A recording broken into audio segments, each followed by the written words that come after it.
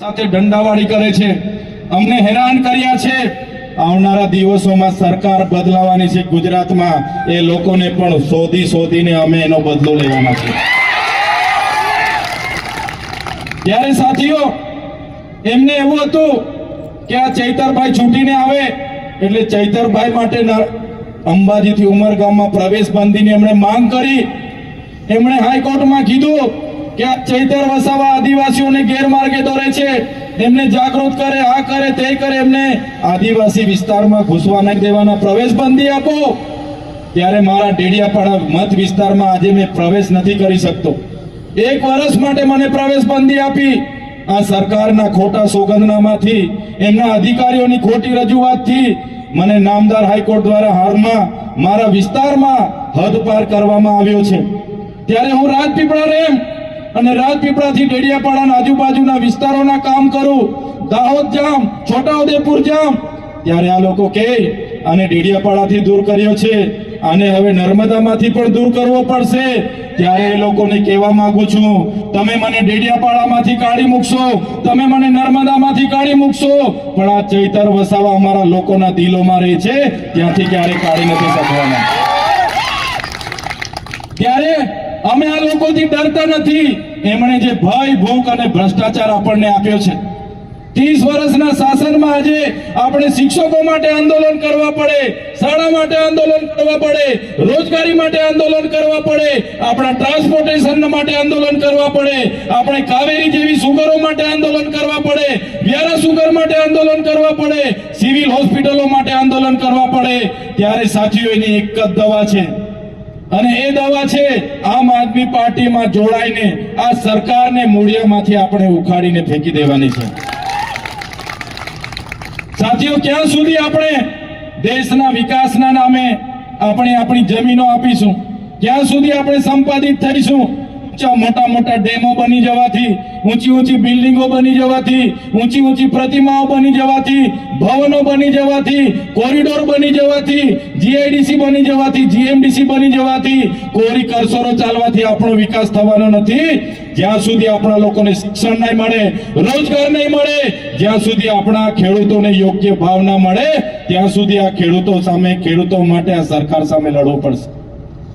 એની જનજાગૃતિ અમે કરીએ છીએ અને અમને ગર્વ છે, જ્યાં પણ મીટિંગ થાય, કાર્યક્રમ થાય, સ્વયંભૂ લોકો પોતાની મેળે આવીને ઉભા રહે છે।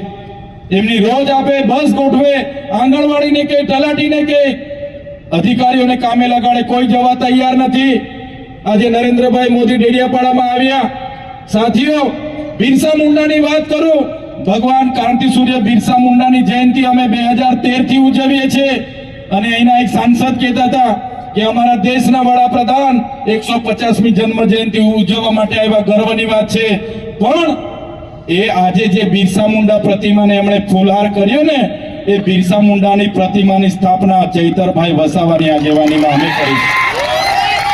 તમે કેટલી પ્રતિમાઓ મૂકી, તમે કેટલી બિરસા મુંડા જયંતિ ઉજવી, એ જનતાને બતાવો।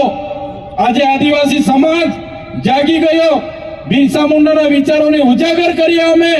અને આદિવાસી સમાજ જ્યારે હક અધિકારોની વાત કરે, પૈસા એક્ટની વાત કરે, અનુસૂચિત 5ની વાત કરે, ત્યારે એ લડત દબાવવા માટે આજે દેશના વડાપ્રધાનને મારા ડેડિયાપાડામાં આવવું પડે, આ મજબૂરી આપણે બધાએ પેદા કરી દીધી છે। ત્યારે પોતાની ટિકિટ ન જતી રહી એના માટે કેટલાક મંત્રીઓને, કેટલાક સાંસદો પાર્ટીના પોપટ બનીને અમારી સામે અવાજ કરે છે, આખો દિવસ અમારું નામ રટણ કરે છે, કેટલાક અમને ગાળો બાંધે છે। અમને ગાળો બાંધવાથી આદિવાસી સમાજનો ઉદ્ધાર નથી થવાનો, અને અમને ગાળો દેવાથી જો આદિવાસી સમાજનો ઉદ્ધાર થવાનો હોય, અમે તો સવારે ઉઠીને તમારી ઓફિસે ગાળ ખાવા આવવા માટે પણ તૈયાર છે। પણ આમણે માત્ર ને માત્ર રાજનીતિ કરવી છે, કઈ રીતના ચૈતરભાઈ વસાવા આમ આદમી પાર્ટીને આગળ વધતી અટકાવાય, એના માટે તમામ પ્રયાસો આ લોકો કરે છે।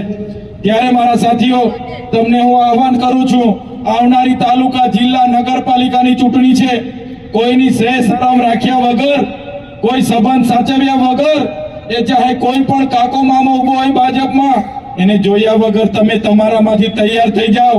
આમ આદમી પાર્ટી તમને મંચ પૂરું પાડે છે, તમે આવો, સારા માણસો આવો, લોકસેવા માટે આવો. આપણે ભારતીય જનતા પાર્ટીની જેમ સત્તામાં જઈને પૈસા નથી કમાવાના, આપણે સત્તામાં જઈને લોકસેવા કરવાની છે.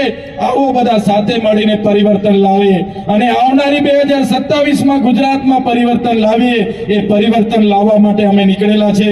અમે કોઈને ડરતા નથી, મોતને મુઠ્ઠીમાં લઈને ફરીએ છીએ અને લડીએ છીએ. તમે પણ અમારી સાથે આવો, તમારો સહકાર અમારી સાથે હશે. અમે આ સરકારો સામે પણ લડીશું.